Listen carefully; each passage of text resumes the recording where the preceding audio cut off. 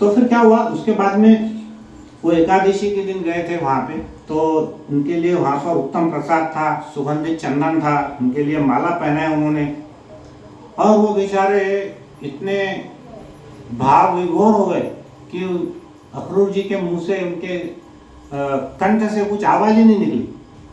और उन्होंने क्या किया, दोनों भाइयों ने उनको अपने उनके शयन कक्ष में लेके गए। कृष्ण ने उनका एक पैर पकड़ा, बलराम जी ने दूसरा पैर पकड़ा, और दोनों क्या करने लगे, उनके पैर को दबाने लगे। तो बेचारे वो इतने ज़्यादा इमोशनल हो गए कि वो उनको देखते थे और रोने लगते थे, देखते थे और रोने लगते थे।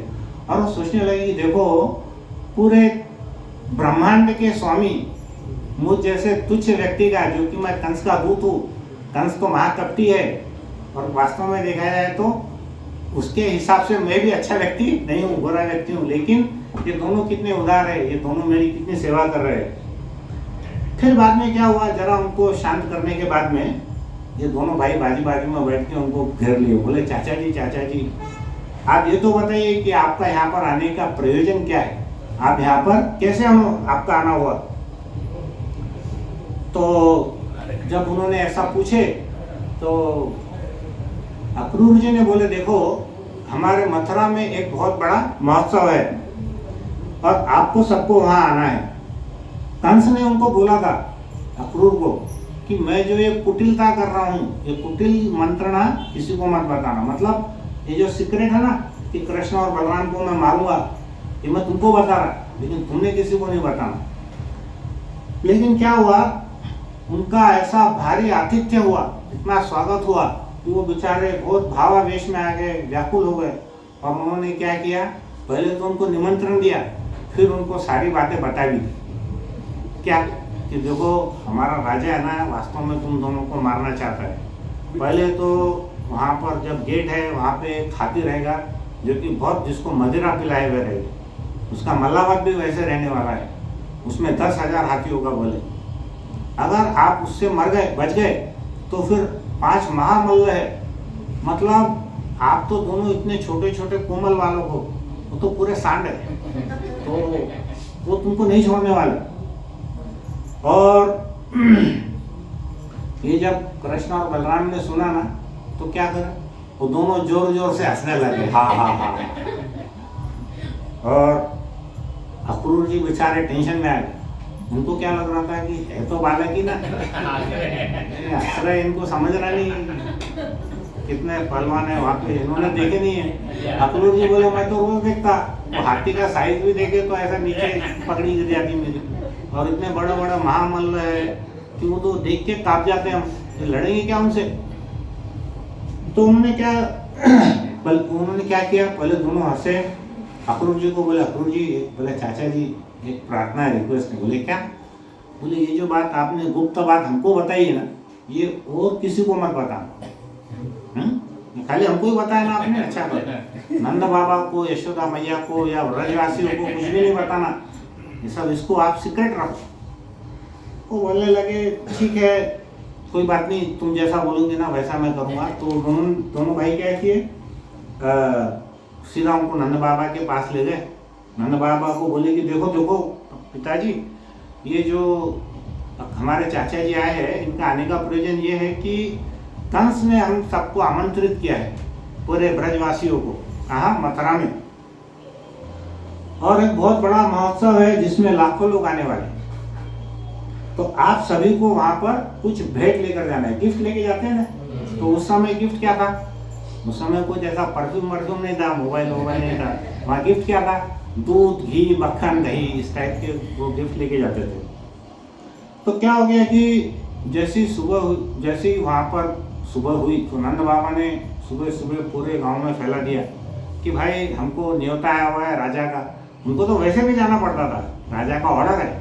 तो उन्होंने क्या किया, वहाँ पर पूरे गांव के अंदर में घोषणा कर दी कि कंस ने हमको बुलाया है और वहाँ पे बहुत बड़ा महोत्सव है, तो हमको एज अ गेस्ट बोल के इन्वाइट किया, आमंत्रित किया है। बुलाया है मतलब तो डर लगता, लेकिन आमंत्रित किया है सोच के ऐसा लगा कि हाँ चलो अच्छी बात है। तो सबके सब लोग वहाँ पर तैयार हो गए। क्यों तैयार हो गए, बोले हमारे राम श्याम जा रहे हैं तो हम क्यों नहीं जाएंगे। राम मतलब कौन? बलराम। बलराम को क्या कभी कभी राम बोलते थे, राम श्याम। बोले राम श्याम अगर दोनों जा रहे हैं तो ऐसा हो सकता है क्या कि प्राण जाए और शरीर न जाए। हमारे प्राण जा रहे हैं दोनों, तो हम तो जाने ही वाले हैं। और वो दोनों क्या हुआ, हाँ, उनको जाने के लिए तो रथ भी आया। सबने सवेरे सवेरे नंद बाबा के घर के सामने रथ देखा, सोने का एकदम चमचमाता, जो रथ आज तक कंस ने कभी यूज नहीं किया, उससे भी भारी रथ था वो। तो सबकी आंखें ऐसी हो गई कि अरे बाप रे, वो तो बहुत बड़ा हमारे लिए वीआईपी इनविटेशन है। तो क्या हुआ, जितने छोटे छोटे ग्वाल थे, गो बालक, वो सब तैयार हो गए। और जितनी वृद्ध गोपियां थी, उन्होंने क्या किया कि रास्ते के लिए यहाँ पहुंचेंगे तो इनके खाने पीने की कुछ इंतजाम करना है ना। तो उन्होंने खाने पीने का पूरा इंतजाम किया और बहुत सारा मक्खन, घी, दही इत्यादि वो बच्चों को भी खाने के लिए और कुछ वहाँ पर भेंट करने के लिए ऐसी उन्होंने बनाई। और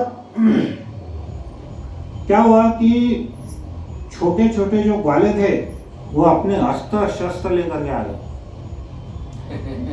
अस्त्र शस्त्र मतलब उनको क्या लगता था हमेशा, बलराम तो मजबूत है, कृष्ण में ताकत नहीं है, कृष्ण कैसा है, कमजोर है, तो हम है ना। उनका हमेशा क्या बोलना था, हम लोग है ना तुम्हारे साथ में, ये कन्नू हम है ना तेरे साथ में, तू डरना मत। जब गिरिराज पर्वत कृष्ण भगवान ने उठाए थे, तब आपको याद है वो लीला, जितने छोटे छोटे बालक थे उन्होंने अपनी अपनी लकड़ी लगा दी। सबको लग रहा था कि कृष्ण तो थक गया, इसमें कोई ताकत नहीं है, हम ही इसको लगा के बैठे। हाँ, तो वैसे ही बोले वहां पे जाते समय, अरे हमारे पास में सब शस्त्र है, अस्त्र है, कन्नू तू फिक्र मत कर, हम है ना। तो ऐसा बोलने लगे। उनको मालूम था कि ये जो कंस है धूर्त और कपटी है, हमारे कन्नू को कुछ करेगा तो हम रहेंगे उसके साथ में। तो वो बोलने लगे हमारे लाला को कुछ हुआ ना तो फिर हम लोग देखेंगे उसको, ऐसा वो सोच के रहे। तो फिर उनके मन में विचार आया, एक जो बड़ा गुप्त था वो बोलने लगा, अरे इतना भी डरो मत, लाखों लोगों के सामने कंस ऐसा थोड़ी करने वाला है, उनको बुला करके ऐसा करेगा नहीं वो, तो तुम इतना ज्यादा भयभीत मत रहो करके। तो भी वो क्या हुआ, उसकी बात माने नहीं। उनके पास जितने भी छोटे मोटे शस्त्र वस्त्र जो भी थे सब अपने ले लेके तैयार हो गए। अब क्या हुआ कि गोप बालक तो तैयार हो गए। अब सबसे बड़ा जो प्रॉब्लम था वो था गोपियों का। अब गोपियों को वहां पर वो ले जा नहीं रहे थे, क्योंकि उस समय वो सिर्फ पुरुष लोगों को लेके जा रहे थे। तो जो वृद्ध गोपियाँ थी और गोप बालिकाएं थी जो कृष्ण के साथ में खेलती थी, उनको लेके नहीं जा रहे थे। अब उनको तो क्या हो गया,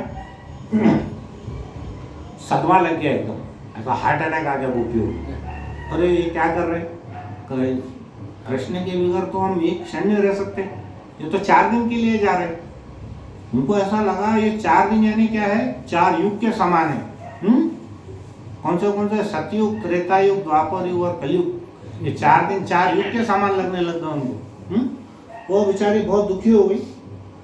बाद में इधर यशोदा माता और रोहिणी किसकी माता जी है, बलराम जी। तो यशोदा माता और रोहिणी ने क्या किया, वो भी चिंतित हो गई। और वो क्या करने लगी, माताएं क्या करती, अपने बालक कहीं बाहर हो जाते तो सब तैयारी करती, वो दोनों तैयारी में लग गई। सबको बना के कुछ तो भी चीजें वो रखने लगी। बड़े बड़े जो गोप बालक थे उनको उन्होंने बुलाया, दोनों ने, किसने, यशोदा मैया ने और रोहिणी माता ने। उनको समझाया, देखो तुम एक छोटे से गांव में रहते हो, अभी तुम क्या कर रहे, एक बड़े शहर में जा रहे, खेड़े से तुम शहर में जा रहे, जैसा हम बोलते ना, अरे बॉम्बे जा रहा तू यहाँ से। तो बोले कि तू बड़े शहर में जा रहे हैं यहाँ पे, और ये बालक तो दोनों छोटे गंवार है। कृष्ण बलराम को क्या बोलेंगे, क्या अनपढ़ है, गंवार है, इनको कुछ आता नहीं है।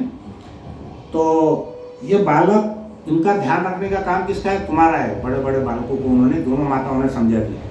देखो माता को हमेशा अपना बच्चा कैसा लगता है, छोटा ही लगता है ना। तो वो मातृभाव से बोलने लगी कि हालांकि वित्ती लीलाएं कर लिए, वो गोवर्धन पर्वत उठा लिए, कालिया पे डांस कर लिए, लेकिन दोनों माताओं को क्या लगता है, अरे ये तो कोई भूत प्रेत जादू से हुआ, मेरे बच्चे तो बेचारे एकदम, उनको तो कुछ वो समझ नहीं है, ऐसा कैसे हो सकता। तो देखिए हमेशा वृंदावन की खास बात क्या थी कि वहाँ की जो माता है हमेशा वो वात्सल्य भाव में रहती। लेकिन द्वारका में जितनी भी रानियां थी या जितने भी उनके वो थे प्रजा थी, वो हमेशा कैसे उनको ऐश्वर्य भाव में गिने। उन्होंने उनको हमेशा भगवान के रूप में या राजा के रूप में माने। लेकिन जो वृंदावन में थे जितने भी लोग, उन्होंने कभी भी उनको भगवान नहीं माने। उनको उन्होंने क्या माने, अरे हमारा दोस्त है, कन्नू है, कालिया है। हाँ, वो यशोदा मैया बोलती थी दोनों अनपढ़ है, इनको कुछ आता वाता नहीं है। बड़े बच्चों को बोले तुम ध्यान रखना, छोटे बच्चे भी अपने शस्त्र लेके, कन्नू तेरे को किसने कुछ हाथ लगाया तो फिर देखना हमें तेरे साथ में। ऐसी भावना थी उनकी सबकी। अब इधर क्या हुआ कि गोपियों को जब मालूम पड़ा कि ये जा रहे हैं तो बहुत चिंता में आ गई। उन्होंने क्या किया, सबके साथ में बैठ के मीटिंग करी और फिर वो क्या करने लगी, बोलने लगी कि देखो ये कन्हैया है ना, इसका स्वभाव हमको मालूम है। ये जिधर जाता वहाँ लड़की के चक्कर में फंस जाता। बोले अभी हम तो गांव की लड़कियां हैं, वहाँ की शहर की लड़कियां हैं, मोबाइल लैपटॉप सब आता हुआ उनको। ये हमारा कन्नू वहाँ गया तो ये तो फंस जाएगा। ये हमको तो क्या ठीक से वस्त्र भी पहनने नहीं आते, श्रृंगार करना नहीं आता। ये कन्हैया तो नगर में जाएगा तो ये तो फिर वापस ही नहीं आने वाला। तो वो बेचारी वो चिंता में बहुत दुबली हो गई थी सब। तो बोलने लगी कि हमको ढंग से बोलना नहीं आता और बातें करने के मामले में तो ये कन्हैया एकदम एक्सपर्ट है। किसको भी कुछ भी बातें उल्टी सुलटी बात के वो उसमें जाल में फंसा लेता। तो उसने सोचा कि एक बार कृष्ण इस शहर की लड़कियों के चक्कर में आ गए तो फिर वापस ये छोटे गांव में तो आने वाले नहीं है। फिर वो क्या करने लगी, जो गोपियाँ थी, पहले उन्होंने कन्हैया को 4-6 बातें सुनाई उसका स्वभाव के ऊपर। फिर नंद बाबा के ऊपर सोचने लगी, अरे ये नंद बाबा भी कितने निष्ठुर है, इनका दिल पसीजता नहीं क्या कि ये सबको ले जा रहे, हमको छोड़ के जा रहे हैं, भला कोई बात है। वो बोलने लगी कि यशोदा माई भी नंद बाबा भी दोनों निष्ठुर है, क्रूएल। और ये सब राजी कैसे हो गए? इन्होंने बोले हमको जाना है वहाँ, तो उन्होंने हाँ क्यों बोले उनको। और ये बालक भी देखो, छोकरे छाकरे कैसे तैयार हो गए बन ठन के। हाँ, हमको बोले मथुरा जाना है, मथुरा जाना है। तो सभी गोपियाँ वहाँ पे जोर जोर से रोने लगी। छोटी छोटी बच्ची आती 8-10 साल की, रोने लग गई जोर जोर से। फिर क्या हुआ, एक गोपी बोली कि देखो ऐसा रोने धोने से तो कुछ होने वाला नहीं है, चलो अब एक मीटिंग करते। तो मीटिंग की उन्होंने। फिर क्या हुआ, उनको ध्यान आया अक्रूर जी का। तो बोले रोग की जड़ कौन है, तो ये अक्रूर है। ये अक्रूर अगर नहीं आता था ना तो कृष्ण भगवान को वहाँ जाने का काम ही नहीं पड़ता था। तो वो क्या बोलने लगी, इसके नाम में ही मिस्टेक है, देखो बोले अक्रूर, इसके नाम में फॉल्ट है। अक्रूर मतलब क्या, जो क्रूर नहीं है, लेकिन ये तो 200% क्रूर है। इसके नाम में ही दोष है। तो ये तो अक्रूर छोड़ो, ये क्या है, क्रूर भी नहीं, ये तो महाक्रूर है, ऐसा उसके ऊपर। फिर उस पर भड़ास पूरी नहीं निकली तो फिर क्या किया, गोपियों ने ब्रह्मा जी को कोसना चालू किया, ब्रह्मा जी को चिल्लाने लगे। बोले ब्रह्मा जी ने हमको बनाया, लेकिन हमको ये पलकें क्यों दी? क्योंकि एक क्षण भी हमारी पलक झपकती है ना तो हम कृष्ण का दर्शन नहीं कर पाते। तो ब्रह्मा जी को कोसने लगी कि तुम्हारे जो निर्माण में ही फॉल्ट है। पहले अक्रूर जी के नाम में फॉल्ट है, उसके पहले क्या है, नंद बाबा और यशोदा में फॉल्ट है, निष्ठुर है। फिर वो क्या बोलने लगी कि ब्रह्मा जी का जो रचना है उसमें गलती है। जैसे कि उन्होंने जो पलकें बनाई, वो पलक हम बंद करते हैं तो हमको कृष्ण के दर्शन नहीं होते। उनको क्या जरूरत थी पलकें बनाने की, ऐसे ही बना देना था ना, जैसे चिपकली वगैरह को रहते ना बिना आँख के, बिना पलकों के, तो वैसे बनाना था ना, उनको इतना नहीं समझता। तो उनको वो बहुत ज़्यादा वो करने लगी। तो बोले कि हे विधाता, आपने हमको तुमने हमको बनाया ही क्यों, और बनाया तो इसके चक्कर में फंसाया क्यों? तो किसी व्यक्ति से इतना प्रेम कब संभव है, जब उसकी हर लीला के अंदर में उनको एक आनंद की अनुभूति मिलती, उनको एक सेफ्टी लगता, उनके साथ में बहुत आनंद विभोर हो जाती जब ऐसी फीलिंग आती। और वो क्या बोलने लगी कि देखो एक बार जो कृष्ण को देखता है ना तो उसको दूसरा कोई जीव पसंद नहीं आता, दूसरा कोई प्राणी, कोई मनुष्य पसंद नहीं आता। तो फिर अब हमारी आंखें क्या देखेगी? अब जब कृष्ण यहाँ नहीं रहेंगे तो फिर हम किसको देखेंगे यहाँ? तो फिर बाद में तीसरी गोपी बोली, अरे तुम ये ब्रह्मा जी को पूछ रही, अक्रूर जी को पूछ रही, सही बदमाश तो ये दोनों है कृष्ण बलराम, बेशरम के जैसे जाके रथ में चढ़ गए। देखो है दोनों की दोनों कैसे हैं, बेशरम है, जाके बढ़ गए रथ में। उनको समझता नहीं कि हमको पूछने का, अरे तुम चलो, दिन भर हमारे साथ खेलते, रात में लीला करते, अभी जाने का टाइम आ रहा तो अपना दोनों जाके बढ़ गए बोले वहां पे रथ में, उनको समझता नहीं हमको पूछने का। तो वो क्या करने लगे, युवक और बड़े बूढ़े यमुना में स्नान करने के लिए तैयार होने के लिए चले गए। नंद बाबा ने अक्रूर जी से कहा कि आपके पास में जो हाई स्पीड रथ है उसमें हम पहले बैठ जाते, आप भी बैलगाड़ी में धीरे धीरे आओ, हाँ तो हम पहले आगे निकल जाते। तो कृष्ण बलराम जब रथ पे सवार हो गए तभी क्या हुआ, सभी गोपियों ने डिसाइड किया एक ही मिनट में ये सब क्या करो, उस रथ के सामने जाकर के लेट जाओ, बस अपना रास्ता रोको आंदोलन। क्या किया उन्होंने, जितनी 1000 गोपियां थी वो सबकी सब क्या की, उनके रथ के सामने लाइन से लेट गई। बोले अगर तुमको जाना है तो हमारे ऊपर से ही जाना पड़ेगा, क्योंकि तुम हमसे बिना पूछे तुम यहाँ पर बैठ गए, और वो आंदोलन करने लगे। अब अक्रूर जी ने देखा कि ये जितनी भी गोपियां है ये तो किसके साइड की है, ये तो कृष्ण बलराम के साइड की है ना। तो उन्होंने बोला, अक्रूर जी ने पीछे मुड़कर कृष्ण बलराम को बोला कि देखो ये जो गोपियां है तो आपके गांव वाली है ना, तो आप ही उनको तुम ही समझाओ, दोनों इनको गोपियों को, आपके गांव की, मेरी तो सुनने वाली नहीं है, आप ही समझाओ इनको, तो समझाना है तो कुछ बोलो, इनको रास्ता छोड़ते नहीं। तो गोपियां क्या हुआ, कृष्ण क्या बोले कि आप रास्ता छोड़ दो, मैं मथुरा जा रहा हूँ, मथुरा जा रहा हूँ बोलते ही वो सब बेहोश हो गए, एक ही शब्द में पूरी बेहोश हो गई। जैसे गोपियों ने शब्द सुना वो बेहोश हो गई। अक्रूर जी बोले कि अरे काना, ये केस तो और खराब कर दिया तुमने, पहले तो होश में थी, तुम उसको बोला था अरे उठो मैं अभी तुरंत आ रहा जाके, अभी बोले कि मैं मथुरा जाके आऊँगा, तो वो बेचारी और बेहोश हो गई, अब तो कोई दिख रहा नहीं। फिर कृष्ण क्या बोले कि मैं शीघ्र ही वापस आऊँ, जैसा ही शीघ्र ही वापस आऊँगा, वापस से चेतना में आ गई कॉन्शियस। तो वो क्या हुआ, फिर जो उनकी कृष्ण की जो वाणी थी कि मैं शीघ्र ही वापस आऊंगी, तो यही उनका प्राण जीवन था गोपियों का। सभी गोपियां फिर क्या हुआ, जोर जोर से विलाप करने लगी, जोर जोर से रोने लगी। तो बिचारी जब तक वो रथ उनकी आंखों से ओझल नहीं हुआ उसको कंटिन्यूस वो देखते रहे।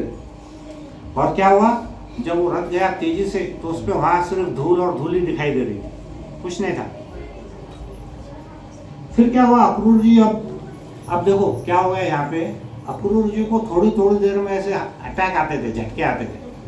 कभी सोचते थे कि मैं सही काम कर रहा हूँ, कभी सोचते थे मैं गलत काम कर रहा हूँ, कभी सोचते थे कि ये भगवान है, फिर कभी सोचते थे यार तो वो छोटे से बालक है, फिर कभी सोचते थे कि भगवान है तो कंस को तो ये तुरंत मार देंगे, फिर लगता था अरे ये तो इतने नाजुक कोमल बालक है, वो महामल्ल वो कोवल या पीड़ हाथी इनको मार देगा, कंस तक तो पहुंचने की बारी नहीं आएगी।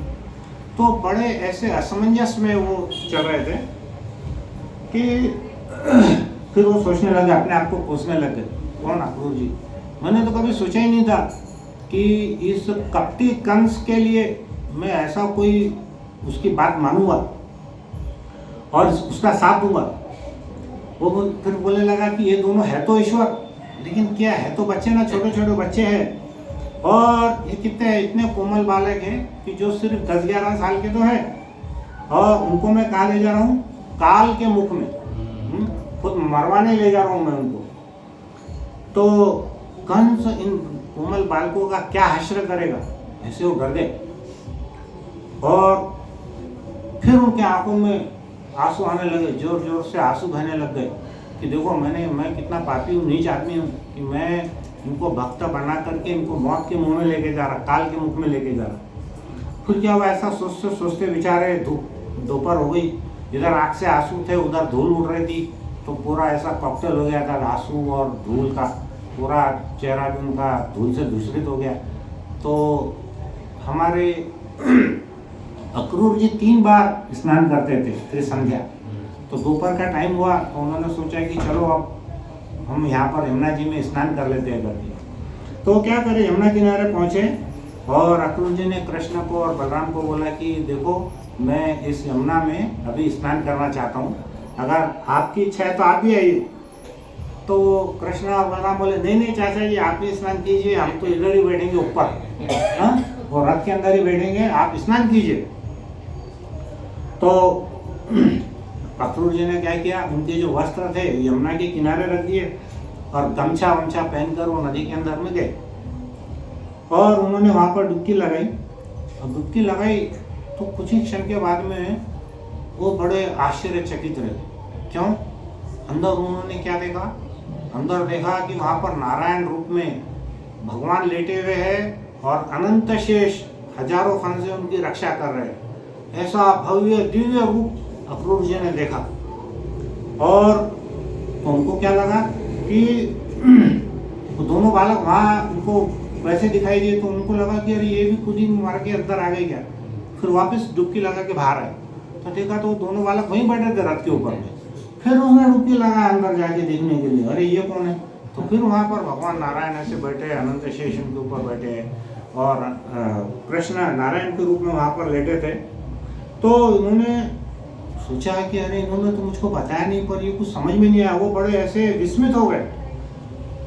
तो जब वो उठकर जब रथ देखे वहाँ पे उनका रथ भी नहीं दिख रहा था तो वो बोले कि एक बार और मैं देखता हूँ। फिर उनको क्या हुआ कि वापस जब तीसरी बार डुबकी मारे और उनको फिर वहीं पर वापस भगवान दिए तो फिर उनको ऐसा कंफर्म हो गया कि अरे मैं कहीं सपना तो नहीं देख रहा था ना ये।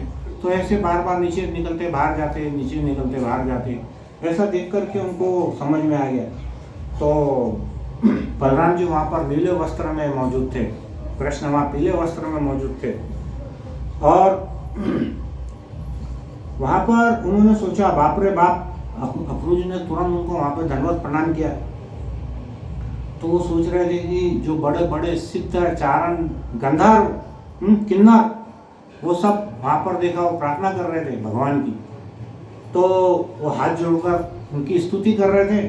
तो देखते देखते उनको दूसरे बालक दिखाई दिए, वो अपने पीले वस्त्र पहनकर। फिर उन्होंने भगवान ने उनको दर्शन दिए चतुर्भुज रूप में, शंख चक्र गदा और पद्म के रूप में भगवान ने किसको, अक्रूर जी को दर्शन दिए। तो क्या हो गया, वो बोले कि अरे अब समझ में आया कि मेरे को भगवान ने दर्शन क्यों दिए।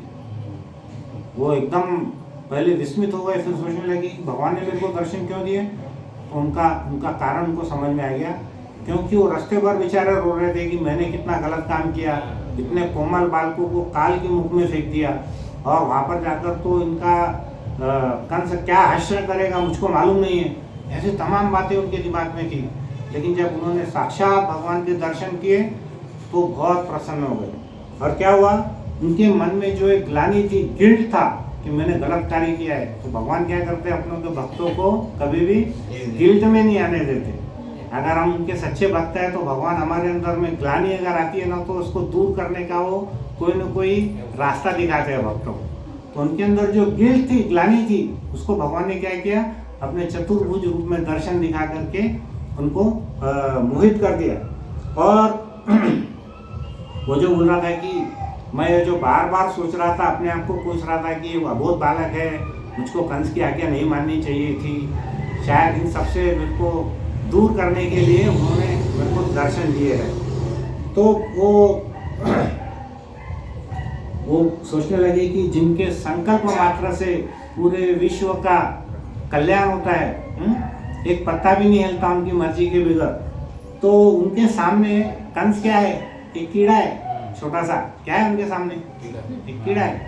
जैसे गिरिराज पर्वत को जब भगवान उठाए ना तो हमारे कुछ मायावादी लोग ऐसा डाउट करते हैं कि ऐसा कैसा संभव है, गिरिराज पर्वत छोटा सा बालक अपनी तर्जनी उंगली पे उठा के 7 दिन बिना कुछ खाए पिए कैसे रह सकता है। शिला प्रभुपाद ने तात्पर्य में बहुत अच्छा जवाब दिए कि जब हमारे करोड़ों लाखों टन के इतने बड़े बड़े ग्रह हवा में झूल रहे हैं, उनको कौन सपोर्ट कर रहा है।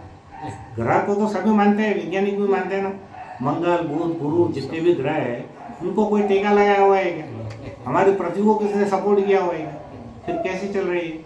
तो जो प्रभुपाद बोले कि उन मूर्खों को ये पता नहीं है कि इतने बड़े बड़े ग्रह जब भगवान उनके मर्जी से हवा में तैरा सकते हैं, गिरिराज पर्वत उठाना उनके लिए क्या बड़ी बात है। तो वैसे ही है, यहाँ पे दृष्टांत देखेंगे कि कंस उनके सामने क्या है, एक कीट है, छोटा सा इंसेक्ट है।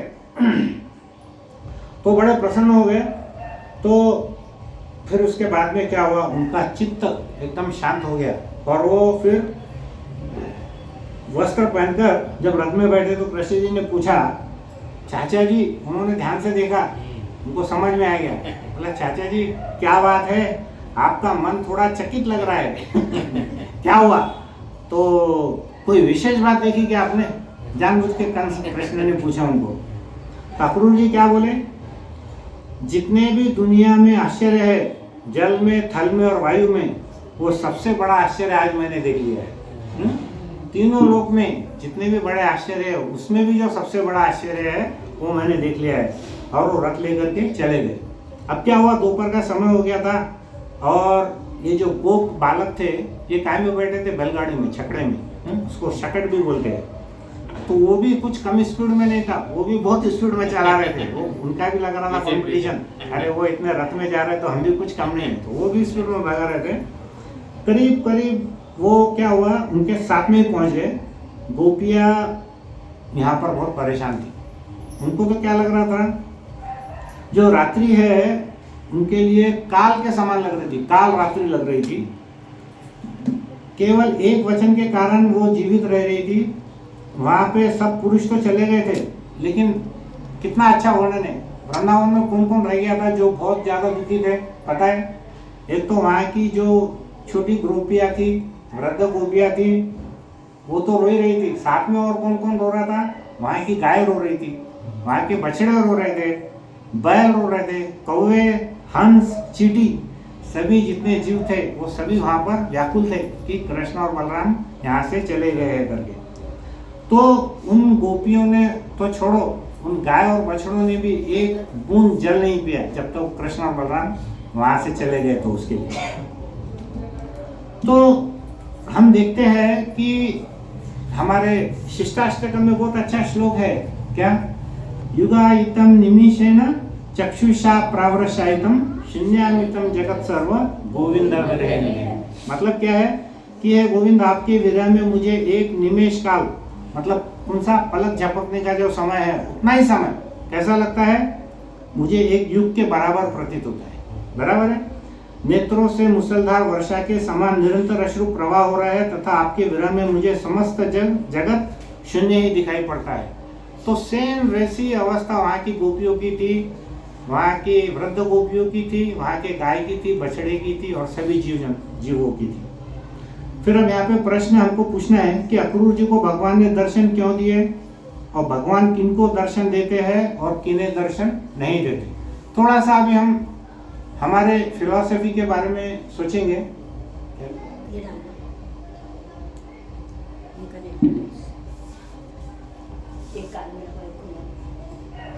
जैसे रखो, अभी हमने कथा तो सुने, लेकिन थोड़ा सा हमको उसके पीछे का हमको भी सुनना चाहिए कि भगवान की ऐसी लीला जब होती है फिर उसमें हमको कुछ सीखने को मिलेगा क्या। अक्रूर जी की कहानी बहुत अच्छी लग गई, कंस का मनोभाव हमको समझ गया, लेकिन हमको यहाँ पे क्या सीखना है कि हमको पहले ये देखना है कि भगवान किसको दर्शन देते हैं और भगवान किसको दर्शन नहीं देते। भगवत गीता उसके बारे में क्या बोलती है, थोड़ा सा हम उसके बारे में सोचेंगे। तो एक श्लोक है भगवत गीता में 8.8, अभ्यास योग युक्तेन चेतसा न अन्य गामिना परम पुरुषः दिव्य याति पार्थानु चिंतयन्। कृष्ण अर्जुन से कहते हैं, पार्थ, जो व्यक्ति अपने मन को मेरा स्मरण करने में निरंतर लगाए रखता है तथा अविचलित भाव से भगवान के रूप में मेरा ध्यान करता है, वह मुझको अवश्य ही प्राप्त होता है। तो भगवान किसको दर्शन देते हैं? जो हमेशा भगवान को अपने मन में स्मरण करता है। ठीक है। फिर और एक उन्होंने बताया 8.14 में, अनन्य चेताम सततम योमा स्मरन्ति नित्यशः तस्याहम सुलभ पार्थ नित्य युक्तस्य योगिनाम। हे पार्थ, जो अनन्य भाव से मेरा निरंतर स्मरण करता है उसके लिए मैं सुलभ हूँ, क्योंकि वह भक्ति में प्रवृत्त रहता है। तो दोनों जगह पे उन्होंने क्या बोला है कि आप मेरी भक्ति करो। कुंती महारानी अपने प्रार्थनाओं में क्या बोलती है स्मरंती गायत्री श्रवंती, अधिक्षणेश मतलब क्या है, आप मेरा श्रवण करो, स्मरण करो, मेरे बारे में कीर्तन करो, लेकिन वो कैसा होना चाहिए, निरंतर होना चाहिए, कंटिन्यूस होना चाहिए। ऐसा नहीं है 10 मिनट कर लिए छुट्टी, ऐसा नहीं, निरंतर हमको करना चाहिए। तो इन लोगों को भगवान क्या करते हैं, दर्शन देते हैं। अगर हम अक्रूर जी का मनोभाव देखें तो उनका मन हमेशा भगवान के चित्त, उनका चित्त हमेशा भगवान के दर्शन के लिए लालायित रहता था। तो उसमें नवविधा भक्ति में भी अक्रूर जी का नाम है उसके अंदर में। तो फिर कौन मेरा दर्शन नहीं कर सकते, भगवान क्या बोलते हैं भगवत गीता में कि किनको मैं दर्शन नहीं देता।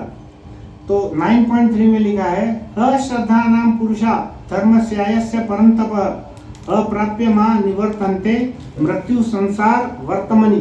तो बोलते हैं, अर्जुन को बोलते हैं, परंतप जो लोग मुझ में श्रद्धा नहीं रखते, वे मुझे प्राप्त नहीं कर पाते, अतः वे इस भौतिक जगत में जन्म मृत्यु के मार्ग पर पुनः पुनः आते रहते हैं।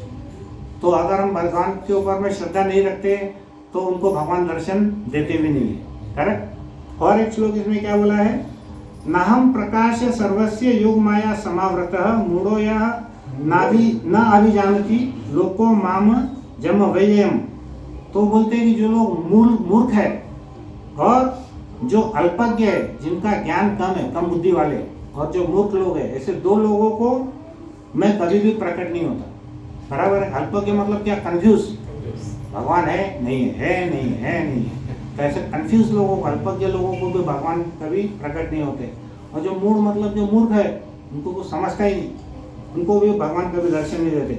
मैं उनको तो अपनी अंतरंगा शक्ति द्वारा, भगवान क्या करते हैं, उनको योग माया द्वारा उनको आच्छादित कर देते, और अंत में वो अतः वे जान नहीं पाते कि मैं अजन्मा अविनाशी भगवान, उनको कभी बुद्धि नहीं मिलती। तो भगवान क्या करते हैं, दो लोगों को दर्शन देते हैं, जो उनमें श्रद्धा रखते हैं, और जो लोग अल्प ज्ञानी है, बुद्धू मूर्ख है, उसको वो भगवान उनको दर्शन नहीं देते।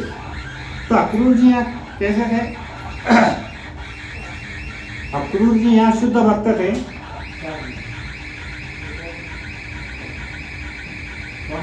अब क्या हुआ, सभी मथुरा नगरी के बाहरी क्षेत्र में पहुंच गए थे। इसको बंद कर दो, बंद कर, नहीं हम तो बंद कर। तो क्या हुआ कि अब ये जो दोनों पार्टी है, कृष्ण बलराम और अक्रूर जी तो रथ से, और ये बाकी के जितने भी इनके गोप बालक थे, वो सब क्या हुआ, उनके छकड़े में, बैलगाड़ी में, वो करीब करीब वहाँ पे मथुरा का जो बाहर का इलाका है वो वहाँ पे पहुँच गए थे। तो वहाँ पे क्या था, एक बहुत सुंदर आम का बगीचा था, आम का उद्यान था। तो वहाँ पे क्या हुआ, हजारों की संख्या में बैलगाड़ी आ गई, और बैलगाड़ी उन्होंने क्या किया, वहाँ पे पार्किंग कर दी।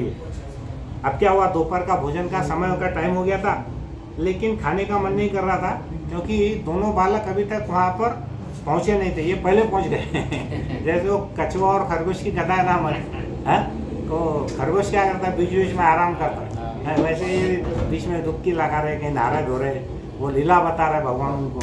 तो ये पहले पहुँच गए वहाँ, थोड़ा सा समय बाकी था, और वो सोचने लगे, अरे इतना तेजी से चलने वाला रथ था, वो तो कंस का अभी तक नहीं पहुँचे। फिर क्या हुआ, यहाँ पर अक्रूर जी जो स्नान के समय भगवान के दर्शन किए थे, वो बड़े निश्चिंत थे। वो उनके दिमाग में बैठ गया था क्या, कि अब कंस का अंत समय आ चुका है, वास्तव में अब मथुरा का भाग्य उदय होगा। कंस मरने के बाद क्या होगा, मथुरा का भी भाग्य उदित होने वाला है। तो वो बहुत हर्ष उल्लासित होकर बार बार पलट पलट कर दोनों भाइयों को देख रहे थे, वो कृष्ण बलराम को। कितने एक्सटेसी में आ गए थे वो, बार बार चलते और पीछे देखते, बार बार चलते और पीछे देखते। तो यहाँ पे क्या हुआ कि अब ये तो इधर का वर्णन हो गया, अभी आप कंस का सुनो क्या चल रहा था। कंस महाराज बड़े टेंशन में, उनको लग रहा था कि अरे यार इतना हाई स्पीड गाड़ी भेजा हवाई जहाज, और इसको इतना आने में टाइम क्यों लग रहा अक्रूर को, हाँ अभी तक तो आ जाना चाहिए था ना। अब उसको बहुत सारे उसके मन में विचार आने लगे। तो अक्रूर को कहीं जैसे उसके मन में क्या था कि जितने राक्षसों को भेजा था उनको हमेशा उनकी मृत्यु का ही संदेश मिला कंस को, बराबर है ना। अकासुर, बकासुर, पूतना, शक्तासुर, प्रणावर जितने भी थे, कभी भी क्या न्यूज आती थी, एक्सपायर्ड। तो कंस बड़ा टेंशन में था कि कोई ऐसा तो नहीं है कि अक्रूर की मृत्यु कर दी, मार दी इन्होंने। फिर बोला नहीं नहीं नहीं, अक्रूर तो भक्त है, जेंटलमैन है, भद्र व्यक्ति है, लेकिन अभी तक उसकी खबर क्यों नहीं है? तो उसने सोचा जरूर अक्रूर ने क्या किया, जो मेरी कुटिल यंत्रणा थी, मतलब जो मैंने सीक्रेट डाला था ना क्रोकेड माइंड से, उनका दोनों का वध करने का जो प्लान था, कहीं उसने उनको बता तो नहीं दिया वहां पे। और फिर वो सोचने लगा, अरे मैं भी कितना मूर्ख हूँ, मैंने ये सब बातें उसको क्यों बताया, उसको बताने नहीं चाहिए था ना अक्रूर को मैंने, ये तो हमारा सीक्रेट था। फिर वो सोचने लगा कि अरे अगर बता दिया उसने कभी तो मैं उसको आज ही मार दूंगा। किसको? अक्रूर को। फिर उसका दूसरा मन बोला, अरे पर वो आएगा जब तो मारेगा ना, वो तो आया ही नहीं। फिर उसने सोचा कि कहीं अक्रूर को इन्होंने कहीं अरेस्ट तो नहीं कर लिया, बांध तो नहीं दिया उसको। फिर बोला, अरे नहीं नहीं नहीं नहीं, वो तो चाचा है उनका, ऐसा कैसे मारेंगे। अब ये क्या हो रहा, कंस खुद की मन में बातें कर रहा, बड़बड़ कर रही। फिर ऐसा तो नहीं है कि अक्रूर को बंदी बना दिए इन्होंने और ये सब भागे वहां से, ऐसा भी सोचने लग गया। या फिर ये दोनों बालक बड़े बड़े राजाओं को साथ में मिलाकर मेरे ऊपर में युद्ध करने की योजना तो नहीं बना रहे, अक्रूर उनके साइड में चला गया कहीं तो ऐसे अनेक विचार उसके मन में आ रहे थे। फिर उसने बोला कि अक्रूर बदमाश अगर नहीं आया ना तो मैं बदला लूंगा। मैं क्या करूंगा, उसके घर वालों को ही मार दूंगा। क्या बोला? ऐसा कौन करता मालूम है क्या? उत्तर कोरिया का तानाशाह, उत्तर कोरिया जो कंट्री है ना, वहाँ का जो तानाशाह वो करता, अगर किसी ने वहाँ पर कुछ गलती किया और वो हाथ में नहीं आया तो उसके घर वालों को जेल में डाल देता और उनके ऊपर में बहुत अत्याचार करता। तो उसके मन में वैसे ही विचार आया। फिर वो बोला कि ये करूंगा वो करूंगा। फिर कभी घड़ी देखने लगा, घड़ी मतलब उनके जमाने में होंगी कुछ, उसको बार बार देख रहा था कितने बज गए कितने बज गए। फिर ऐसा सोचते सोचते अभी तक रथ नहीं आया, पूरा दिन बीत गया, ऐसा उसको लगा। अब यहाँ पे क्या हुआ, नारद जी ने क्या किए थे, कंस को पूरा प्लान बता दिए थे कि उन्होंने क्या किए थे, पहले ही बता दिए थे कि भगवान यहाँ पे अवतरित हो गए। तो नारद जी क्या करते, दोनों साइड में चुगली लगाते थे, है ना, इधर उसको बता दिए और इधर कृष्ण को आके बता दिए कि भगवान अभी आपका समय आ गया, तुम्हारे आपके मामा को 2 दिन के अंदर में अभी खत्म करना है आपको। इधर उनको भी बता दिया, इसको भी उकसा दी कि वो बालक पैदा हो गया ऐसा वैसा करके। तो नारद जी ने क्या करे, भविष्य में होने वाली सारी घटनाएं भगवान को बता दी। भगवान को बोले, प्रभु अब आप आ जाओ, आपकी लीला का क्या कारण है, उसके लिए आप क्यों आए कंस का नाश करना। सवेरे प्रभु जी ने लेक्चर में बोले थे कि भगवान क्यों आते हैं, अवतरित होते हैं दुष्टों का नाश करने के लिए, है ना।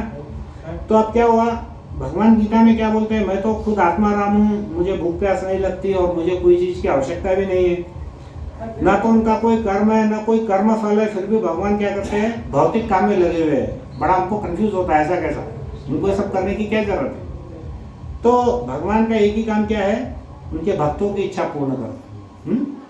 तो नारद जी की इच्छा थी कि तुम्हारे मामा जी का टाइम आ गया, मारो।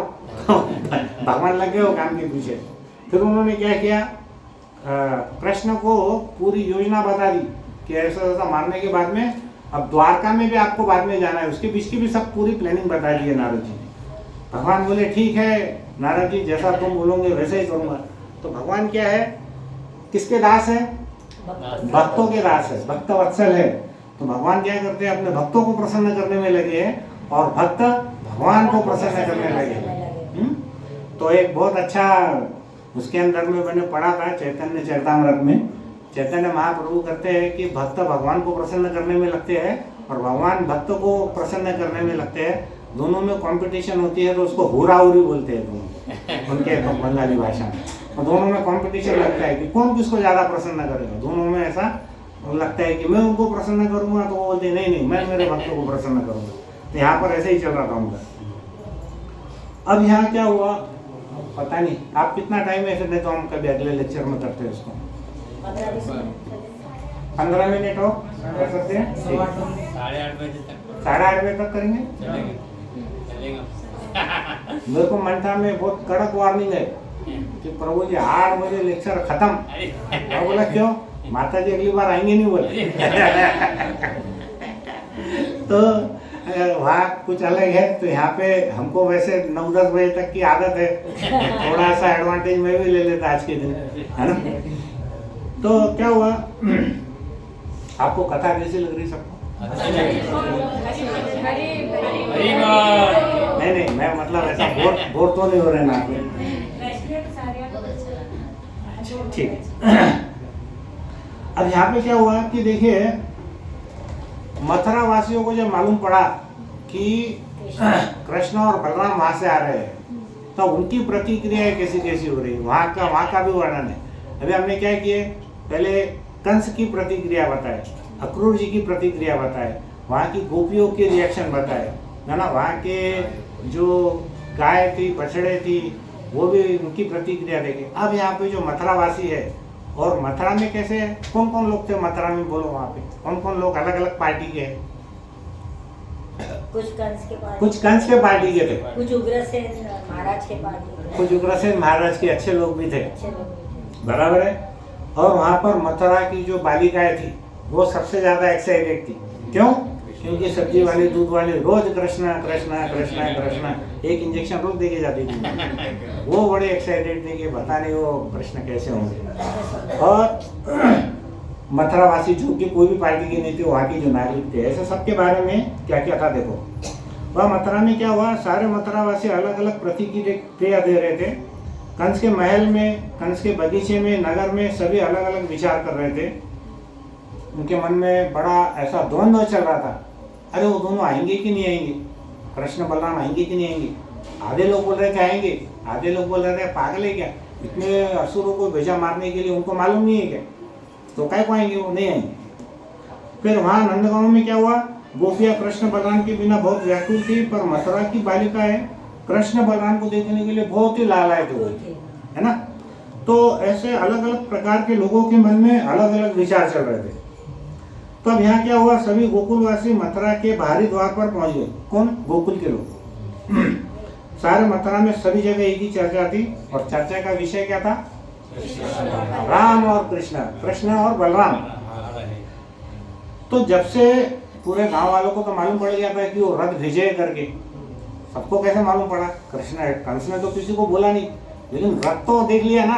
अगर मान के चलो सोने का चमचमाता रथ यहाँ से सुबह निकल भी गया जल्दी, और एक व्यक्ति ने भी देख लिया, तो पूरे गांव के अंदर, नगर के अंदर में वो चर्चा होने वाली कि नहीं होने वाली। मान के चलो एक आधा हेलीकॉप्टर बिना आवाज के भी नीचे उतर गया, अरे प्रभु जी मैं बघेल रहा था हेलीकॉप्टर, टीम मिनिस्टर खाली उतरले होते, मैं बाजू में ही खड़ा था उनके, है ना। तो वो क्या हो गया, वैसा जो रथ था, वो रथ जब सवेरे गया था ना उनको लेने, तो ऐसा चमचमाता रथ, पूरे गांव में चर्चा थी कि अरे भैया ये यहाँ पे इनको लेने के लिए आए हैं। और एक बोला कि दोनों भाई नहीं आएंगे, कंस ने उनके साथ क्या क्या किया है, इतने दुष्ट काम किया, काय को आएंगे यहाँ पे, इतने सारे असुरों को भेजा उसने उन दोनों को मारने के लिए।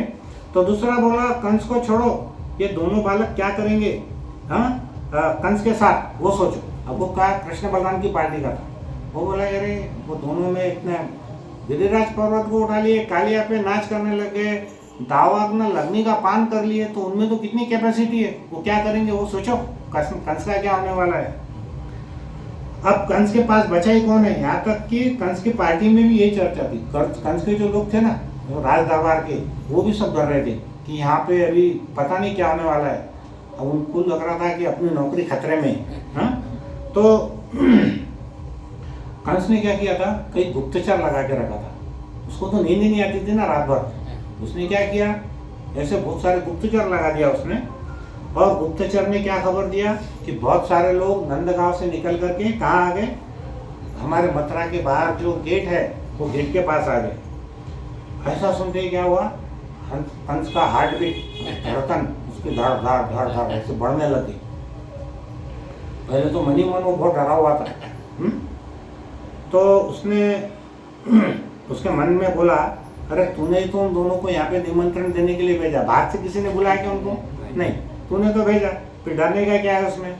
एक रात की बात है, एक रात यहाँ रुकेंगे कि मैं खत्म कर दूंगा उनको, तो उसमें डरने का कुछ नहीं। फिर उसने क्या सोचा कि ये जो विचार है मेरे मन में बार बार जो आ रहे हैं ना, इसको अगर हमारे मन में मान के चलो कुछ नेगेटिव विचार आ रहे हैं, हमारा दिल धड़क रहा है, फिर हम क्या करते हैं, कहीं ना कहीं अपने आप को बिजी कर देते हैं, बराबर है, वो विचारों से वो उसको ध्यान नहीं आना कभी।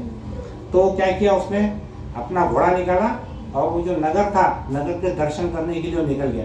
उसने बोला अभी इतनी बड़ी तैयारी कर रहे, इतना बड़ा उत्सव कर रहे, तो कौन क्या काम कर रहा, चलो हमें राउंड मार के आएंगे, देखेंगे वहाँ पे क्या है। अब वो अपना जो मनोगत था, उसका जो विचार था वो कैसा था, कुटिल था, वो किसी को बताना नहीं चाहता था, बराबर है। तो उसने क्या हुआ, केवल 2 दिन में सारा उसको भव्य आयोजन करना था। जितने भी सड़कें थी, बाग बगीचे थे, चौराहे थे, उस पर उन्होंने क्या किया, सोने चांदी के खंभे लगाए, वहाँ पे फूल हार से सजा दिया, इत्र का छिड़काव किया सब जगह पे। और जो रियल स्टेडियम था, जहाँ पर धनुषशाला बोलते हैं उसको, वो धनुषशाला में उसने क्या किया, एक सवेरे अनाउंसमेंट किया कि वहाँ पर सबको आना कंपलसरी है। और उसने बोला कि अगर वो कोई नहीं आया वहाँ पर तो उसको राजदंड से हम दंडित करेंगे, सबके लिए कंपलसरी था आने के लिए। फिर बोला अरे तुम आओ ना, सबको वहाँ पे खाना पीना प्रसाद, बोर्डिंग लॉजिंग सब जो भी है सब फ्री में, तो तुम आओ सब लोग। एक्चुअली वो क्या हुआ, सब देखने के लिए निकला तो उसका मन देखने में नहीं था, एक्चुअल में उसको अपने आप जो भय था, वो भय को भगाने के लिए वो सब ये नाटक कर रहा था।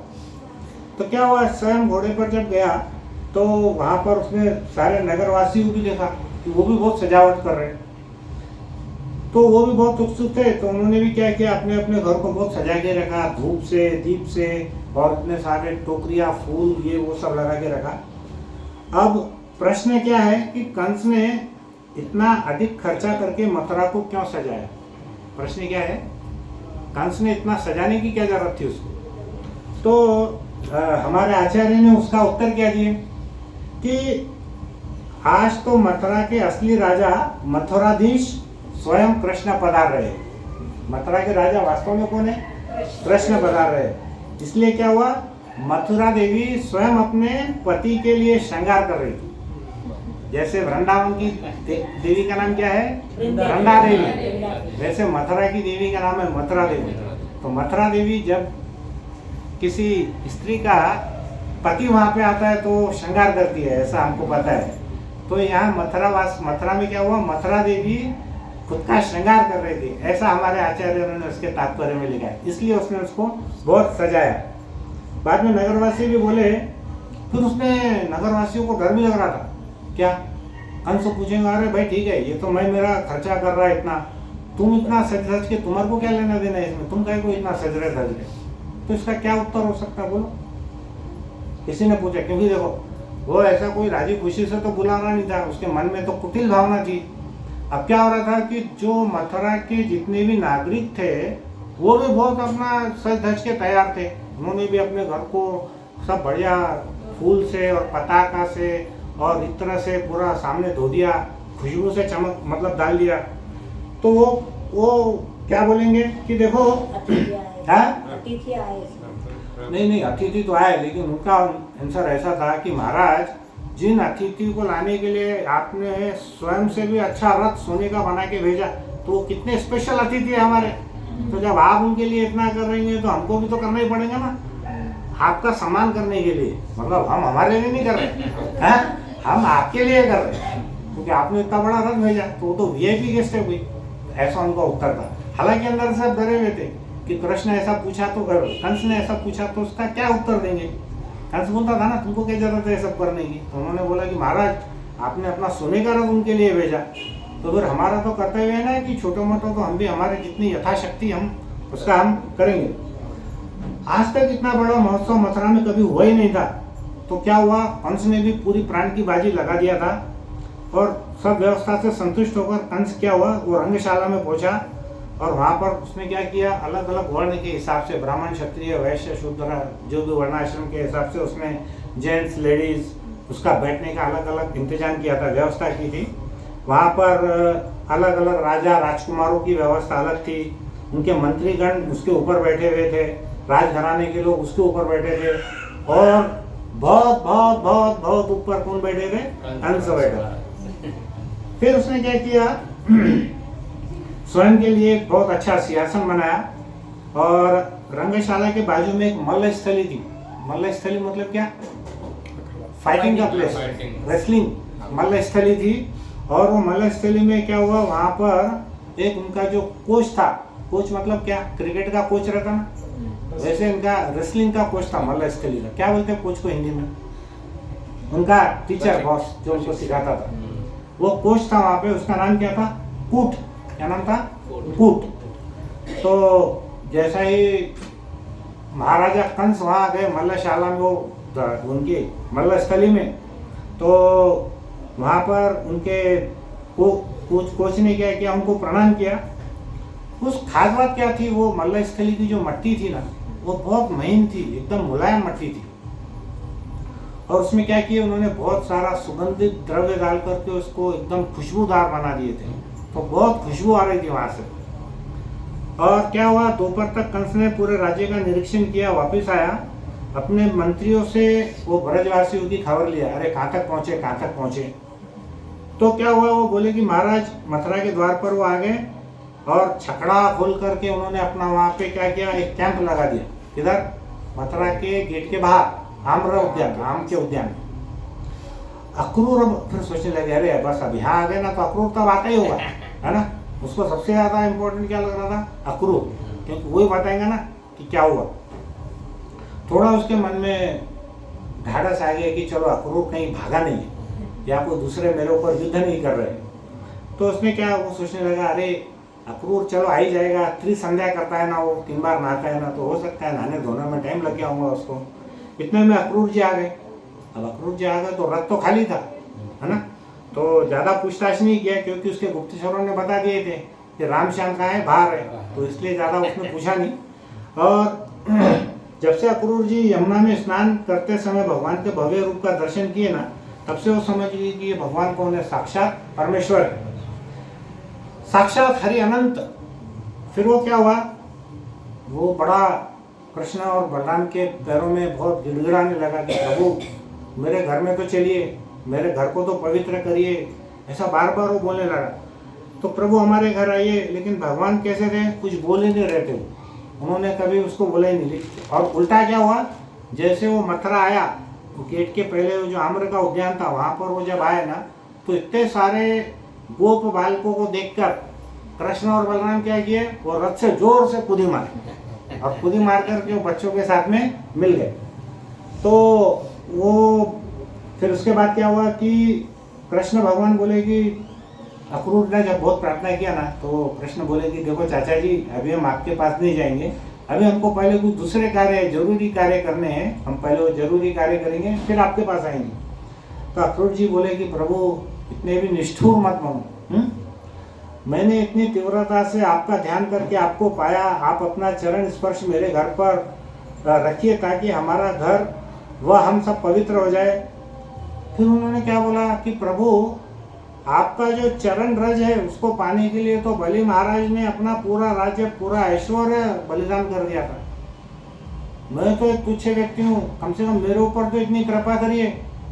फिर वो भगवान कुछ नहीं बोले, तो बोला प्रभु आपके अंगूठे से निकली हुई जो नदी, गंगा नदी, उसको तो महादेव शिव जी ने अपने जटा में धारण किया, तो यही वो चरण है जिसके लिए बलि महाराज ने अपना सिर झुकाया, और आपने उसके सिर के ऊपर पैर रख के उसको जमीन के अंदर में भेज दिया उसको।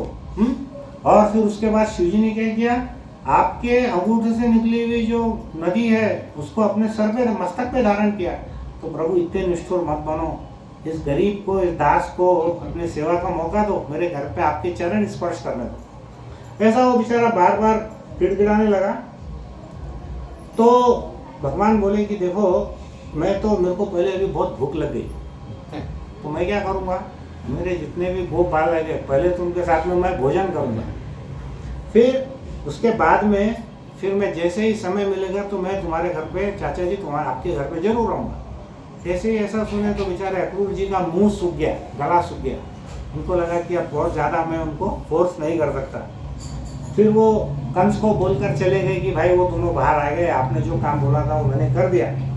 अब क्या हुआ, मथुरावासी अक्रूर जी के रथ को देख करके बहुत उतावले हो रहे थे, क्योंकि रथ कैसा आया, खाली आया। लेकिन मथुरा में तो लोगों को मालूम पड़ गया ना कि रथ आ गया, मतलब कृष्ण भगवान भी होंगे कहीं ना कहीं। तो रथ को देख करके उनमें एक्साइटमेंट बहुत बढ़ गया पूरे इसमें। किंतु वो सभी कंस से बहुत डरे हुए थे, भयभीत रहते थे। तो कंस ने घोषणा की कि कोई भी नगरवासी नगर द्वार पर ब्रजवासियों को मिलने नहीं जाएगा। क्यों? अरे तुम हमारा कोई मैसेज उनको गलत सलत दे दिए, किसी को मेरी कुटिल यंत्रणा मालूम हो गई, तो ये सब जो वाले हैं वो अंदर ही नहीं आएंगे, वहीं से चले जाएंगे वापस। चोर की दाढ़ी में तिनका, बराबर है ना। जो चोर रहता उसको हमेशा लगता कि मेरे को कोई ना कोई पकड़ लेगा, मेरे को कोई ना कोई पकड़ लेगा, तो डरा हुआ था। उसने क्या बोला कि अरे मथुरा वासियों को सबको बोल दिया कि अरे तुम देखो वहाँ गेट पे कोई नहीं जाना, उनको मिलना नहीं, वो आने वाले हैं, तुमने किसी ने नहीं जाना। अब जो कंस की ये जो आदेश था ये बड़े लोगों पर तो लागू होता है, लेकिन जो छोटे छोटे बच्चे थे वो उन पे लागू होने वाला है क्या? नहीं। पूरे मथुरा में खबर फैल गई कि वो हमारे नंदगांव से छोटे छोटे बालक आए हुए हैं। तो जो 5-7 साल के 8 साल के बच्चे हैं वो किसके रुकने वाले? वो तो क्या किए, ऐसा अपना गैंग बना के ऐसे ग्रुप में जा के वहाँ दौड़े और कहाँ चले गए, वो जो गेट था वो गेट के बाहर से वो सब खड़े हो गए जाके। और वो सभी बालक तो वहाँ पर इतना सजावट हो रहा था कि राज्य कर्मचारी दिन रात पूरे नगर को स्वच्छ कर रहे थे, पर वो बालकों से कुछ रहा नहीं गया। वो झुंड बनाकर वहाँ गए और वो सब लोगों ने क्या किया, वहाँ देखे कि वो सब क्या कर रहे थे। उन्होंने देखा कि कृष्ण बलराम वहाँ पर अपने हाथ से सबको खाना खिला रहे हैं, सबको गले मिल रहे हैं। वो देख के वो बहुत उछल रहे थे। तो वहाँ पर ये जो बच्चे थे छोटे छोटे, इनका काम क्या है? मथुरावासी, मथुरा के जो छोटे छोटे बच्चे थे ये सब लीला देख करके मथुरा में वापस आ गए।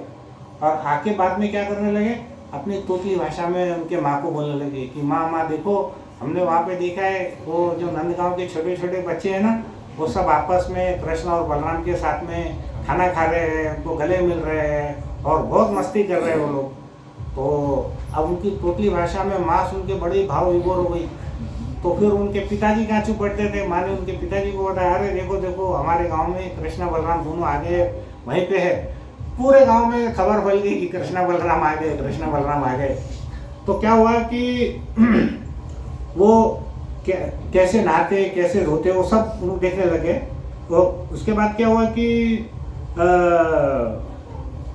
ऐसे ही सब उनके बारे में बता रहे थे, इतने सुंदर है, उनके दांत इतने सुंदर है, और छोटे कुमार तो बहुत चंचल है, कौन? कृष्ण। और बड़े कुमार कैसे, थोड़े गंभीर है लेकिन कैसे बहुत सुंदर है, हाँ ऐसा बता रहे। तो इसके बाद मथुरा बालक अब दोनों कुमार मथुरा शहर देखने आने वाले हैं, ऐसा उन्होंने पहले ही बोल दिया। हालांकि उन्होंने कुछ बोला नहीं, ये छोटे बच्चे अपने मन से ही वहाँ तक आए तो यहाँ पे आने वाले हैं।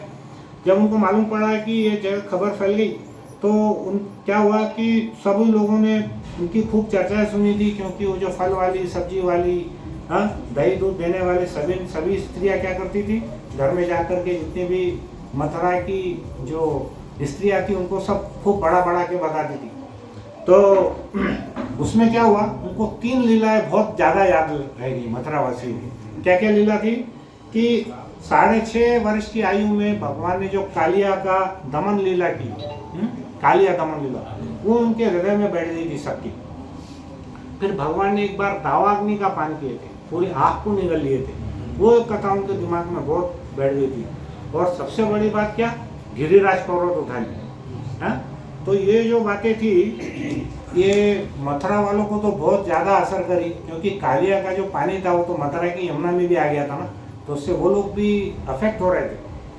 तो उनके स्वागत के लिए, भेंट देने के लिए क्या हुआ, मथुरावासी वहाँ पर दोनों नगर, हाँ क्या हुआ कि यहाँ पर कृष्ण और बलराम ने भोजन किया, और भोजन करने के बाद में कृष्ण बलराम को इशारा किए कि बोले भैया अब हमको सब बच्चों के साथ में मथुरा नगर जाना है। तो बलराम बोले कि अरे हमारे पिताजी से पूछ लो पहले, नंद बाबा से। तो वो नंद बाबा के पास गए, कृष्ण बोले कि देखो पिताजी हमको तो मथुरा जाना है। और नंद बाबा बोले अरे तुम छोटे छोटे बालक को, इतना बड़ा शहर है, हाँ? और कृष्ण को बोले देख तू तो किधर जाने का नाम ही मत ले। बोले क्यों? क्योंकि जिधर जाता उधर तू झगड़े करता। कृष्ण बोला नहीं पिताजी मैं तो कभी झगड़े नहीं कर रहा, सामने वाले मेरे से झगड़ा, मैं तो आज तक कभी झगड़ा किए ही नहीं। हाँ? मैं तो एकदम सीधा हूँ। तो नंद बाबा बोलते तू खड़ा रहता तो भी 3 बार ही टेढ़ा रहता, हाँ? इतना तो सीधा है। एक कहावत है ना, कैसे है तुम जलेबी की जैसे सीधे। तो ऐसा उनको बोले उन्होंने। तो फिर उनके जो एक भाई थे सनंद करके, वो सनंद बाबा के पास गए सिफारिश करने। तो सनंद बाबा को बोले अरे देखो, बोले नंद इसको जाने दो, बच्चे हैं, आ जाएंगे, थोड़ा घूम के देख लेंगे शहर कैसा है क्या है। तो ऐसा करके उन्होंने फिर उसको समझाया, देखो तुम किसी से झगड़ना नहीं, कोई राजकर्मचारी से भी मारपीट नहीं करना, किसी को कुछ नहीं, सीधा जाना और सीधा वापस आना। तो क्या करें, उनकी जो गांव की जो वेशभूषा थी, वो गांव वाली वेशभूषा में वो वहाँ पर चले गए। और जब वो जाने लग गए तो अपने लेक्चर में ऐसा, अपने तात्पर्य में वर्णन ऐसा था कि जो बैलगाड़ी के जो बैल थे ना, उनके मुंह में जो घास थी, जैसे ही कृष्ण बलराम वहाँ जाने लगे तो वो भी उनको ऐसे टुकुर निगाह से देखने लगे कि उनके मुंह की जो घास थी वो मुंह में रह गई, उनका चबाना भी बंद हो गया। तो फिर इसके बाद में वो मथुरा गए। फिर मथुरा जाने के बाद उन्होंने देखा मथुरा शहर कैसा है। तो मथुरा शहर का वर्णन ऐसा है कि चारों दिशाओं में संगमरमर का बना हुआ था, वहाँ पर बड़े बड़े गेट थे और सोने चांदी की नक्काशी थी, और दीवार कैसी थी, बहुत मोटी दीवार थी। और वहाँ पे क्या था, पूरे चारों दीवारी पर सब सैनिक थे। कैसे थे? सशस्त्र, शस्त्र लेकर के खड़े हुए थे। उसके बाहर, गेट के बाहर एक पानी की झील थी, और पानी की झील के अंदर कौन थे? भूखे मगरमच्छ थे, कि अगर कोई गलती से अंदर यहाँ आने का प्रयास करेगा तो मगरमच्छी उसको खा लेंगे कर। तो ऐसे बड़े बड़े सुंदर आम के उद्यान थे। ऐसे ही आम उद्यान में नंद बाबा ने एक टेंट लगाए थे, चारों तरफ से वो नगर बंद था। वो सोचे हमने तो अभी तक दीवार के अंदर घर देखा है। क्या बोलने लगे वो वहाँ के बालक? वो इम्प्रेस नहीं हुए, प्रभावित नहीं हुए। क्या बोले कि अरे हमने अभी तक तो ये दीवारों के अंदर में घर देखा है, लेकिन हम पहली बार देख रहे हैं कि दीवार के अंदर शहर बसा हुआ है। क्या बोले? दीवार के अंदर में शहर बसा हुआ है। उनका तो वो तो बच्चे कैसे थे, वो तो वहाँ पर यमुना नदी पर्वत के ऊपर घूमते थे और खेतों में और जंगलों में जाते थे। तो पूरा खुला ही था ना उनके लिए, तो खुला आसमान था। कभी दीवार ऐसी थी तो कहाँ थी? उनके घर की दीवार थी छोटी सी। इन्होंने तो देखा कि पूरे नगर के बाहरी दीवार से पूरे नगर को ही पैक कर दिया उन्होंने। तो वो ऐसी बातें करने लगे। और वहाँ पर उन्होंने देखा कि बड़ी बड़ी ऊंचे ऊंचे भवन है। ये तो बेचारे छोटे गांव के थे, इनके तो झोपड़े टाइप थे, यहाँ तो बहुत ऊंचे ऊंचे भवन थे। फिर ऊपर क्या था, उसमें रत्न मणि मोती सोने चांदी से मढ़े हुए थे। उन्होंने क्या किए, पूरी पताकाएं फहरा के रखे थे। और वहाँ पर जो ब्राह्मण थे उनका गेरुआ वस्त्र था, शंख का चिन्ह था, क्षत्रिय का सफ़ेद रंग का झंडा था, वैष्णव का पीले रंग का था। ऐसे अलग अलग झंडे थे वहाँ पे। तो ऐसा सामने बहुत अच्छी रंगोली थी, और वहाँ पर आम के फल और जो क्या बोलते हैं नारियल रखा हुआ था, उसके ऊपर में सुपारी के क्या केले के पत्ते, फिर सुपारी, नारियल, ऐसा सब उन्होंने लगाया हुआ था वहाँ पे। तो ऐसे मतलब वो क्या चीज़ दर्शा रहे हैं कि मथुरा शहर कितना वैभवशाली था, मथुरा शहर कितना संपन्न था। तो सभी जितने भी ये जो लोग थे ये बहुत सजे धजे थे। और वहाँ की जो वृद्ध स्त्रियाँ थी वो दरवाजे के पास आकर खड़ी हो गई।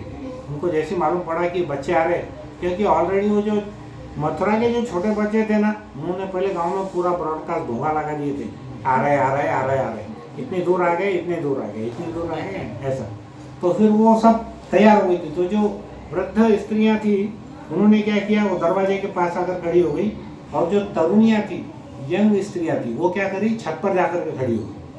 तो वो सब देखने के लिए इतनी उत्सुक हो गई। जब उनके बालकों ने बोला तो कुछ स्त्रियां तो ऐसी थी कि आधा कपड़ा पहनी, आधा नहीं पहनी। कुछ स्त्रियों का क्या हुआ, उनका जो कर्णफूल था वो छूट गया, भाग गई वहाँ से। कुछ उल्टा सुल्टा वस्त्र पहन ली। कुछ क्या करी, आधा स्नान करके गीले कपड़ों में ही भाग गई दर्शन करने के लिए। कुछ उपटन लगा रही थी शरीर को, वो उपटन छोड़ के भाग गई। किसी ने आधा भोजन किया, फिर झूठे हाथों से भाग गई। फिर कोई भोजन परस रही थी अपने पति को, उसको भी छोड़ दिया, उधर चली गई। तो शुद्धदेव गोस्वामी यहाँ पे बताते हैं कि शिशु बालक को स्तनपान कराते कराते भी माँ ने बच्चों को भी साइड में ढकेल दिया और वो भी वहाँ से चली गई। तो इतनी व्याकुलता आतुरता जो उनके अंदर में थी, सबके मन में एक ही भाव था कि एक पल तो हम कृष्ण को देख ले, एक पल तो हम कृष्ण बलराम के दर्शन कर ले। जहाँ जैसे जगह मिली वो वहाँ वैसे बैठ गई। और क्या हो रहा था कि जैसे वो जो बताया ना, दूध बेचने वाली स्त्रियाँ और जो आती थी, तो वो तो क्या करते, स्त्रियों का स्वभाव ही है, कोई भी चीज को खूब बड़ा चढ़ाकर बोलती है। तो कृष्ण ने गिरिराज पर्वत उठाया तो उन्होंने बोला होगा कि पूरे ब्रह्मांड को उठा लिया करके। तो सब वहाँ की जो स्त्रियाँ थी वो बहुत बेचैन थी, उत्सुक थी देखने के लिए। तो वो जो 2-3 लीला थी, अग्निपान, कालिया दमन और गोवर्धन पर्वत का, उसका उनके ऊपर बहुत ज़्यादा इम्पैक्ट था। तो वो सोचने लगे कि देखो हम तो 5-6 किलो का पत्थर भी नहीं उठा सकते, और उन्होंने तो पूरा गिरिराज पर्वत उठा लिए। और इस प्रकार से क्या हुआ कि आगे आगे फिर जैसे कृष्ण और बलराम अंदर घुसते हैं ना, तो उनको अलग अलग लोगों के साथ में अलग अलग वो लीलाएँ करते हैं। तो टोटल ऐसी 5 लीला उन्होंने किए। वो 5 लीला इतनी इतनी इतनी अधिक सुंदर है कि वो 5 मिनट में हम नहीं कर सकते। तो उसके लिए हमको पूरा एक लेक्चर लगने वाला है। तो यहाँ तक हम ये देखें कि कंस ने पहली बात तो ये सोचा कि वृंदावन में मैंने जितने भी असुर भेजे सबका वहाँ पर भगवान ने उनका वध कर दिया। तो जरूर वृंदावन की मट्टी में ही कुछ गड़बड़ है, कुछ ब्लैक मैजिक है। तो क्यों ना मैं कृष्ण बलराम को अपने एरिया में मारूं। एक कहावत है ना, गली का कुत्ता घर में शेर रहता है ना। तो उसको लगा कि भाई मैं मेरे गली में बुलाऊंगा तो अगर मैं कुत्ता भी है तो मैं शेर की जैसा काम करूँगा, ऐसा उसको लगा, है ना। जैसे मगरमच्छ देखो, पृथ्वी के ऊपर में उसकी शक्ति इतनी नहीं है, पानी के अंदर में उसकी शक्ति कई गुना हो जाती है, बराबर है। उसका उल्टा हाथी देखो, बाहर इतना शक्तिशाली है लेकिन पानी के अंदर उसकी शक्ति नहीं रहती। तो वैसे ही उसने सोचा कि मैं अगर मेरे एरिया में मथुरा में उनको बुला लूँगा ना तो मैं उसको आसानी से मार दूँगा। तो इस वजह से उसने एक तो कहाँ मारना है, पहला पॉइंट। दूसरा, मारने के लिए किसको भेजना है, तो उन्होंने किसका चयन किया, अक्रूर जी का, है ना। क्योंकि वो कैसे थे, सॉफ्ट थे, भक्त थे, तो उन्होंने उनको वहाँ पे भेजा। और अक्रूर जी ने ये इसलिए डिसाइड किया कि उनके मन में ये भाव था कि ये भगवान है, कंस उनका कुछ नहीं कर सकता। लेकिन वो भी माया से मोहित हो गया, इतने कोमल बच्चे, छोटे बच्चे देख के उसका मन ऐसा वो हो गया भयभीत कि पता नहीं ये कैसे मार देंगे। तो भगवान अपने भक्तों की रक्षा देखो कितने सूक्ष्म लेवल पे करते हैं। उसके मन में जो गिल्ट था, जो ग्लानि थी, उसको दूर करने के लिए भगवान ने क्या किया, उस पानी के अंदर उसको चतुर्भुज रूप में दर्शन दिया। ठीक है, तो फिर हम छोटी सी भी भक्ति के साथ या थोड़ी सी भी भावना के साथ अगर हम प्रेममय सेवा करते हैं, हर एक भक्त में, हर एक व्यक्ति ने, भगवान ने कुछ न कुछ सामर्थ्य दिया है। उस सामर्थ्य का प्रयोग हम अपने आप को अगर भगवान की सेवा के साथ में अटैच करने के लिए अगर हम कार्य करते हैं तो क्या करते हैं, भगवान उससे बहुत प्रसन्न होते हैं और हमेशा वो अपने भक्तों को बचाते हैं। तो ये हमारा जो कहानी है इसका ये आधा इंट्रोडक्शन ही हुआ। अब जो मेन लीला है, जब कभी दोबारा चांस मिलेगा तब हम उसके बारे में बोलेंगे। उसके बाद कंसवध भी बहुत अच्छा है। उसके बाद में और एक है कंसवध, वो भी एक बहुत बड़ा चैप्टर है कंसवध। फिर उसके बाद में उद्धव जी को वृंदावन की यात्रा है, वो भी बहुत बड़ा इंटरेस्टिंग टॉपिक है। फिर उसके बाद में काल यवन और कौन था, जरासंध, उसकी कहानी। तो कैसा है, कृष्ण की लीला कैसी है, एक खड़ी शक्कर की जैसी है, आप कहीं से भी खाओ मीठी लगने वाली है, बराबर है। सिर्फ इतना है कि हमको सुनने की आतुरता होनी चाहिए उसके अंदर, है ना। तो हमको उसके अंदर में बहुत रस आने वाला है। मेरा तो ऐसा मानना है कि अगर इन कथाओं को हमको अच्छे से हमने श्रवण किए तो हमको दूसरी चीज़ों के प्रति हमारा आकर्षण ही खत्म हो जाता है कि नहीं। तो भगवान की लीला इतनी मधुर है, तो हम सब भक्तों के साथ में बैठ कर के इसको श्रवण करते हैं ना, तो इसका मजा जो है ना दुगुना नहीं 100 गुना हो जाता है। तो आप सब लोग यहाँ पर आए, बहुत आपका सभी का धन्यवाद। और मेरी इतनी क्षमता नहीं है, कुछ त्रुटि हो तो मुझको क्षमा करिए। इसके बाद का अगर हमको कभी चांस मिलता है तो हम सब लोग उसके बारे में सेकंड पार्ट करेंगे, जो कि ये जो पहला पार्ट है उससे भी बहुत कई गुना ज़्यादा वो मनोरंजक है। तो हम यहाँ पर हमारा ये जो कथा है वो उसको विराम करते हैं और किसी का कोई प्रश्न है तो हम आपस में डिस्कशन कर सकते हैं उसके बारे में। किसी को कुछ पूछना है तो पूछ सकते हैं।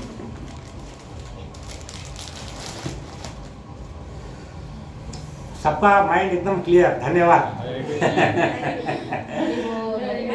मुकेश अग्रवाल प्रभु जी ने अरे। इतनी